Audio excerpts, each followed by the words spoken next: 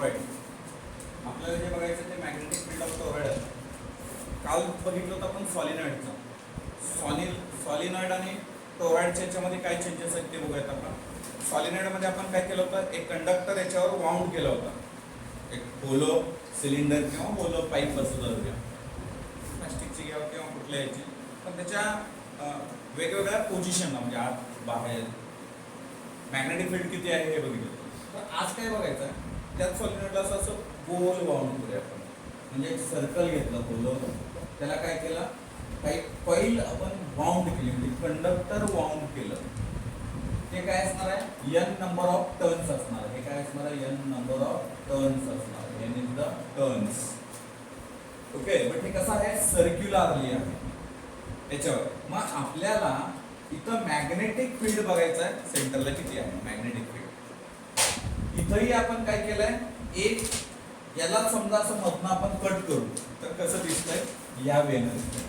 Dotted line जे आहे ते कंडक्टर करंट या डायरेक्शनला असं यायला लागलाय आणि इकडे काय चाललाय पलीकडल्या साईड. मग याचं मॅग्नेटिक फील्ड कसं असणार आहे बघा. हे जर इकडे चाललंय, इकडे मॅग्नेटिक फील्ड, तर याचं मॅग्नेटिक फील्ड हे करंटची डायरेक्शन, मॅग्नेटिक फील्ड परत हे करंटची direction, magnetic field.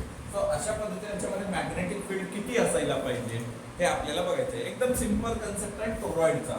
Okay, so जे एम्पियरचे ऍप्लिकेशन आहे. मग एम्पियर बाय एम्पियर लॉ ना आपल्याला काय येतं, by ampere law integral path of B bar into dl bar equal to काय होतं रे, mu 0 N I. Equation number 1. हे सेम सॉलिनॉइडला घेतलं, सेम टोरॉइडला घेतलं आपण. आपल्याला माहित आहे काय एम्पियर्स लॉ.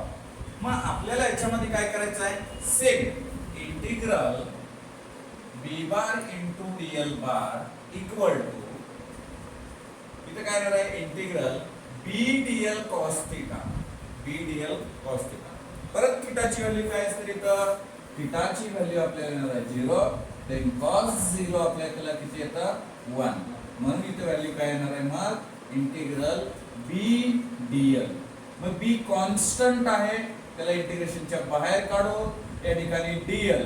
सो देअरफॉर आपल्याला इंटिग्रेशन ऑफ डीएल म्हणजे जे स्मॉल एलिमेंट आहे हे कम्प्लिटली किती असणार आहे, होल सर्कल आहे ना, कंप्लीट सर्कल आहे. जर मग हे कंप्लीट सर्कल धरलं तर आपल्याला इथलं व्हॅल्यू काय येते, 2 पाय r येते. किती येते, 2 पाय r. मग आपण इथं ही व्हॅल्यू जर टाकली b इंटू 2 पाय r, आपल्याला हे इक्वेशन नंबर 2 आलं. म्हणजे याच्यामध्ये integration of the B bar into dl bar. Okay, so हे झालं इक्वेशन 1, हे झालं इक्वेशन 2. एकदम सिंपल. आपण काल बघितलेलं त्यालाच फक्त रिकॉल करतोय आपण. म्हणजे काय, कालच्या ज्या सॉलिनॉइड मधल्या काही गोष्टी आहेत त्याच टोरॉइड मध्ये आहेत. फक्त सॉलिनॉइड कसं होतं, स्ट्रेट लाईन मध्ये होतं. टोरॉइड मध्ये कसं घेतलं आपण, सर्क्युलरली घेतलं. एवढाच फरक आहे आपल्याला. मग इथं काय करतोय, या दोन्ही इक्वेशनला मी जर कम्पेअर केलं तर कम्पेअर 1 and 2 इक्वेशन काय येईल बघा, b into 2 pi r equal to mu 0 n i. मग मी b ची व्हॅल्यू इथे काढतो, तर मला b ची व्हॅल्यू 2 पाय r खाली पाठवा, mu 0 n i upon 2 pi r.